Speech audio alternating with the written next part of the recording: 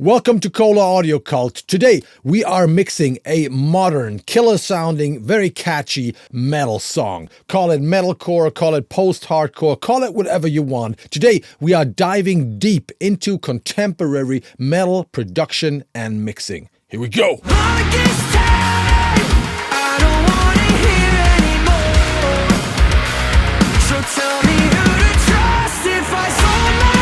We have teamed up with no other than British producer Dan Weller, who has worked with bands like Enter Shikari, Bury Tomorrow, Young Guns, Monster Truck, Emil Bulls, and many others, and who is one of the greatest producers and mixers for this kind of music. Some of you might also know him for being one of the gent metal pioneers as the guitarist of the band Sixth. And we've teamed up with the British metalcore band Caskets, and they have just released their new single, Guiding Light, produced and mixed by Dan Weller. And not only will Dan Weller walk you through his entire mixing process, show you every single track, show you every plugin, and explain why he did what, you can also download the multitracks of that fantastic song and mix it yourself. But that's not all. What makes this course so unique is that we're not only talking about the mixing process, that's only one part. Dan will actually walk you through the entire process of producing a song like this, starting from the pre-production over the recording process up to the mixing and mastering. You can learn how to work with bands, you can learn how to plan a production, and not only how to mix a song. And right now you are about to watch a longer snippet of that course, which will give you an overview and which will hopefully inspire you to get your hands on that song, to get the course, to download the multitracks, and to mix the song. Hello everyone, my name's Dan Weller. Now, if you don't know who I am or why I am, I shall tell you. I'm basically a metal guitarist who used to be in a band called Sixth. Back in the day, 20 years ago, and from the back of Sixth, I started to produce the Sixth records, and then went on into a career of production and writing and mixing. And we're here in my studio in North London, and today I figured because I can't squeeze all of my knowledge into a day and I'm far too thorough, I want to kind of give you some helpful advice if you're looking to be a producer, or if you already are a producer but you're having the same anxiety that I and all other producers have, or imposter syndrome and all the rest of it. I was hoping I could give you some helpful chunks of stuff that will make you go, I'm really glad I watched that today. That's going to really help me. I'll apply that when I'm having a moment of freaking out. So we'll go from the start, finding a band, working with an artist, all the way through to the end, and I'll give you some chunks for each part of the journey. And hopefully it will spawn more questions once you've watched this video, and you can comment down below, and we'll be able to get more thorough in the future and go into each section, and get a bit more deep on all that stuff. So here we go. Now, when it comes to the order of which we record stuff, again, it's based upon the band, or if a band's really tight and they're really, really good and there's something magical about the way they perform together, A, you should definitely attempt to capture it. But B, it can save you loads of time if indeed you do capture it, because you've just tracked loads of instruments in unison instead of having to do them after each other. That can open up much bigger windows of time where you can actually do some fun creative stuff, where you can sit with the songs and listen and think about them, or the singer can jam on them for ages, because bands should be playing together. But if you can, and if the studio allows it, try really hard to isolate everything, so that if suddenly you listen back afterwards and you're like, that guitar's just not in tune, is it? The intonation's just not working. But when I heard it all together, didn't really notice, even though I was soloing stuff up. You can't be as anal like that when you're in a control room listening to that. So there may be things you want to change afterwards. So always track a DI on the bass, on the guitar, so you can always reamp it if you want. And always try to isolate everybody so that you can re-record those bits if indeed you need to. So that's if you're tracking simultaneously, okay? If you're with a band who's just finished writing the songs, can barely even remember how to play the riffs, you're not in a position to do that. And you'd actually be wasting time trying to do that as just some kind of purist move, because time is money, and they'd never actually perform it to the level they need to. You'd be better to focus on their individual performance, let them play it over and over again in their own space, or let them just play a chorus at a time.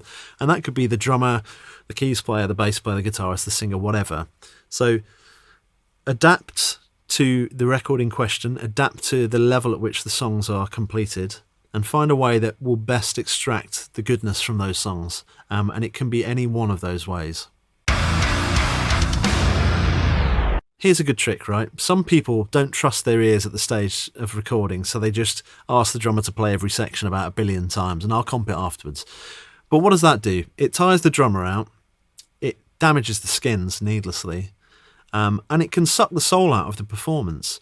Drummers like to know that this section of the song that I'm playing right now is the performance that will be on the record. So what I tend to do, and this is a trick I think everybody should do if they're in the kind of punch-in world of drumming, where a drummer's not necessarily playing a whole song, I always just say, play until you fuck it up. Play. No, it's not good enough. Play. And then I'll get to a fill that maybe gets wrong. Okay, start from there. And we just patch together, and it just goes like this. So there's one definitive take for every section of the song. There's not really any outtakes. And then I ship that off to whoever's assisting me at the time, and I get them to edit it and tidy it up, glue it together. Some bands, in the style that they're in, it will need to be nigh on quantized, because that's the style of the music that they're in, and any even pushing or pulling sounds alien because they're not used to hearing that on records. Some bands, you really wouldn't want to fuck with the feel, and you've captured a performance that you don't want to change. So how much editing goes on? You use your common sense again, depending on the record, depending on the drummer, the style of music. So that's a performance finished, edited.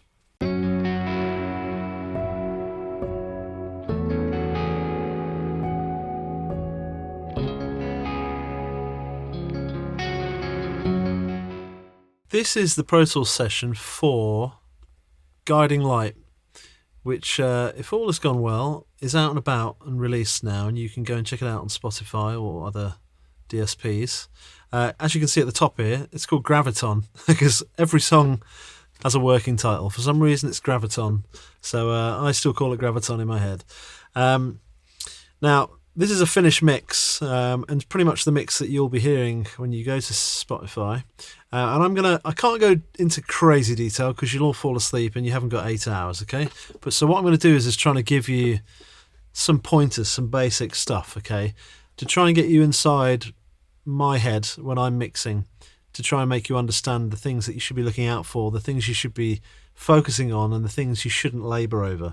It's this constant quest for super solid low end, super solid body, and vocals that feel kind of just smooth and really, really like pleasing to the ear, with kind of ethereal delays and things. I like things to feel very three-dimensional. So if you were to take any phrase as a way of looking at how this mix should sound, try and think of 3 dimensions. Think of the stuff here that your brain and your ears are computing as an instant thing, but there's another part of your brain that's computing this depth and this 3D stuff that if actually you took it out, like some of the reverbs on the snares or stuff like that, the whole vibe of the mix would fall apart. So there's certain things that you need to be able to take in one go, and certain things you need to let your subconscious listen to and feel. No one's making a conscious analysis. Why am I feeling this music this way? But the subconscious is taking things in a certain order. And I think you should always apply that mindset when you're mixing. What have I got here? So I use these T-Rax plugins a lot. I swear by them. I think they're incredible. So what have I done here? Cranking some 20, right? So it's just essentially, it's rolling up. It's just essentially shelving and then able to pull, attenuate somewhere, which will be, again, enhancing the dip at a sort of 100 hertz. So it's just basically reshaping slightly. And, don't be freaked out by 20 or 30 hertz on here and think, well, why would you boost that, you idiot, you madman? It's not essentially just turning that up. It's just rolling everything up and making the shape of things warmer, and almost like the root sound is fatter from the off. Think of it like that. Again, I've pushed 10K here, with quite a tight bandwidth, but I always tend to attenuate when I'm pushing this kind of top. I roll it to 20 and I just roll a bit back just to make it softer. It almost gives me the same feel that a soft clipper does. I find it takes away some of the super high annoying ticky-tocky stuff and just softens it. So if I go between that being on and off,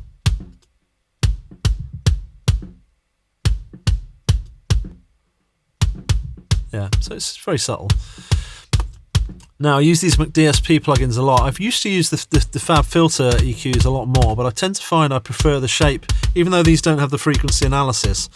It forces me to use my ears like I used to when I used to use like Waves Q EQs. I really enjoy the sound of it. So I've just done a lot of fairly wide Q, actually, removing some of that stuff. And again, it's always the mid-range that you're trying to get rid of in this music, because if you did that to everything, yeah, sure, it would just turn into this. It'd be like putting a Metal Zone pedal on your whole mix, but it's not that. It's making space for stuff you know is going to be really important in that area. Think of it like that. What trumps something else in that kind of 100 hertz bass guitar, rhythm guitar?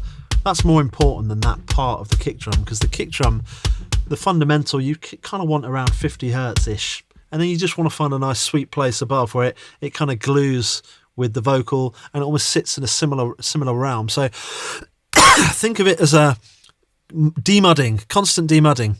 Snare drum. There is the basic snare top. So you can hear, I like to have a bit of decay. It's tuned around kind of, I don't know, C, but not really too anally, just somewhere around there where I feel the snare. Now, that decay is not hugely pleasing, but it's not St. Anger. It's got some weight and some body, and that's all I'm looking for. I want it to go, I want you to feel it in your chest. Selecting the correct snare for that is really crucial. A bit of snare bottom, but we're not using a lot of that. And what you see up here again, independently, because they're both reacting to different amounts of bleed, etc., I've got the Oxford drum gate. Yeah, and you can see what that's doing, promoting the frequency that's most fundamental, like this. But obviously if you leave that decay too long, you're going to encroach into the following transients and ceases to become a gate, so you don't want to do that. So what else am I doing? So this is doing the expander trick again. And if you don't know this expander trick, it's very simple. Okay, set it to expand, go to free over here, and that gives you the ability to find the frequency that you want the expansion to be triggering from. Okay, and with something like this, it's got loads of weight. You know, as you can see, that snare's got beef because it's chunk around here, which is all part of the trick of getting a weighty drum sound. That's essentially triggering off this expander, so only when the snare hits is it fully opening, and then everywhere else it's just sucking the sound back down. Now, both of these snares, as you can see, are going over to an auxiliary here, and then there's shitloads of stuff happening. Here's a trick that I learned, a friend of mine who was doing front of house for a band, and they were supporting Nickelback, and the snare drum just, I was like, what on earth are you doing with that snare drum? It sounded insane. I said, is there a sample on it? It was at Wembley Arena, this was. And he said, no, he just multi-bands the low end. He used a C4 at the time, just multi-bands the low end and cranks it. Like he was cranking it 10 dB live. So it's a little trick I've learned that I really like. It just adds some more solidity, but in a controlled fashion, if you like. So yeah, good little trick.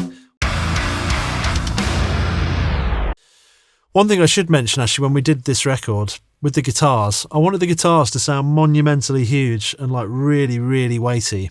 So I got the guitarist to order every set of strings we could find, and we shot out the same riffs. I got them to each day wear the strings in, record the riffs, same DI, same mic gain, everything, same input gain, and then I would A/B between them all, blind testing. And the strings that won by a country mile actually were the Elixirs, closely followed by Ernie Balls. But it made a huge difference. And it happens in the studio that because Elixirs last longer as well, it became a winner. So let that be a lesson to you to check if you've got choices of strings, try them out. Equally, try out different guitar cables. They all make a real difference. It's kind of crazy. I used just the best, fattest ones I could find, and they won. So you'll notice the guitar, you feel the strings. I've tried not to overgain it. And this was an LTD 7-string guitar with Evertune bridge, so it's super in tune. So on the guitar auxiliary. I've widened it a bit. I love this AMEC plugin alliance. I use it a lot. Not so much in this record so far, weirdly, but use a bit of the filter there. The thing I love about it is this, right? Set it to auto listen. You can just find your places, the stuff you want to boost, the stuff you want to pull, and it's a winner.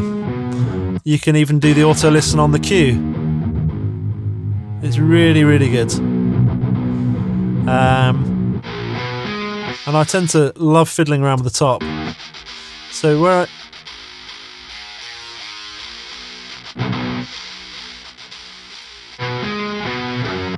you can, it's just a really, really real sounding thing. I love it. So there you go, that's the guitars in.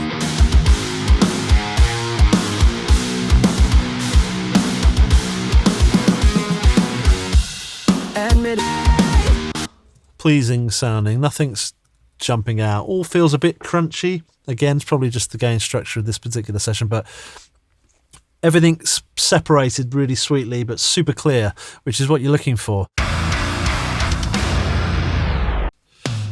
So you've got some subby bass. So these are all things that I don't wanna hurt anymore. These are all things that just do their bit in this section of the song. They're not really that much to stress about. The stuff you need to work on the most is where there's a real fundamental melody or something that's playing a lot throughout the song. So for example, this is a key melody in the song. Stay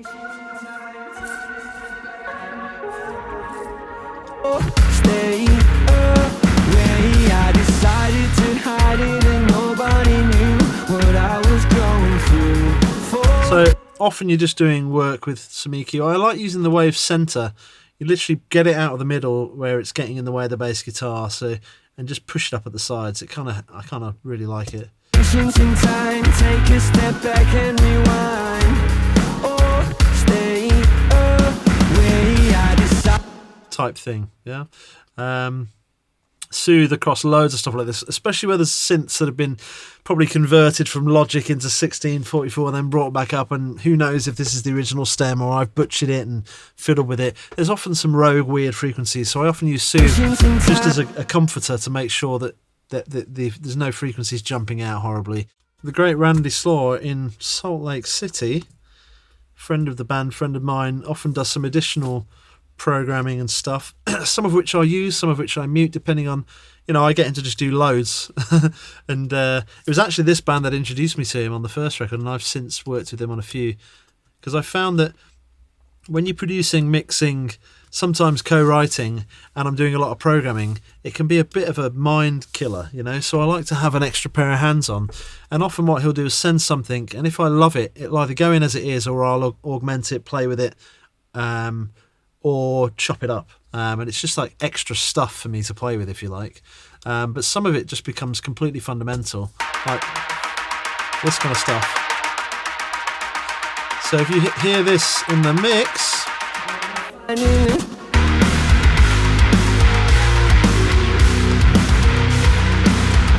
and we've added some hats as well. And I tend to do some stuff to either filter them, so I put a one knob filter on that, so that fades in places. And seeing the lo-fi there and the VTM, that's to soften the plasticiness of the hats. So I call that stuff glue. It's like the gluer, and you need percussive glue stuff throughout. And then these pads, I think I put a one knob pumper on them. Do you know a one knob pumper? And I've taken it off. That's fine. So this is just a pad.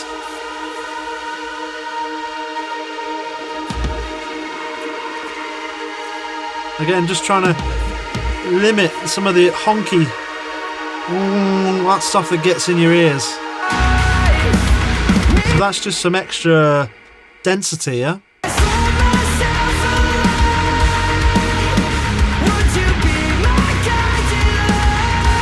So you wouldn't really know it was there to an extent, but it's really essential. There's some extra, what's here? I think this is the Spitfire Oliver Arnold stuff he's sent. This kind of stuff.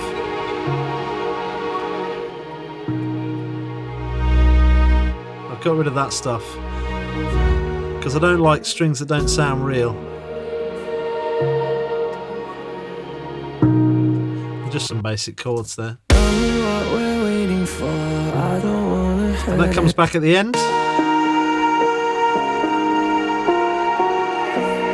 What have we got here? Just some evil, lots of LFO movement.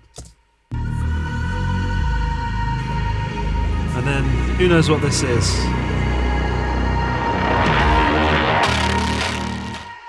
Pretty gnarly. I think I've automated the volume of that, yeah.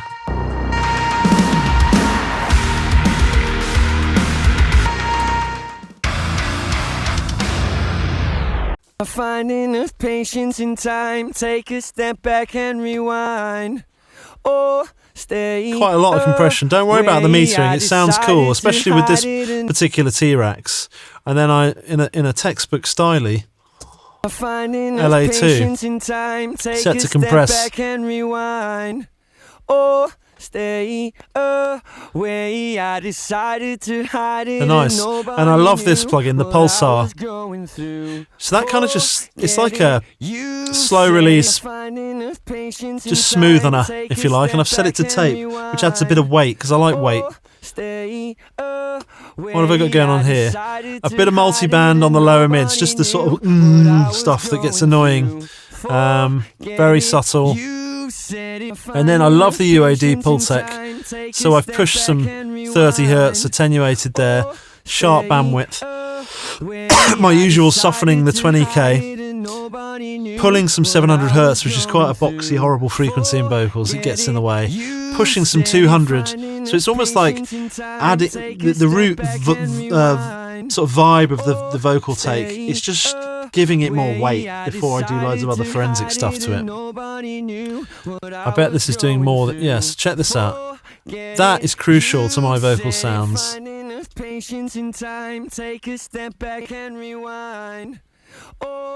It's probably a little too much in fairness, but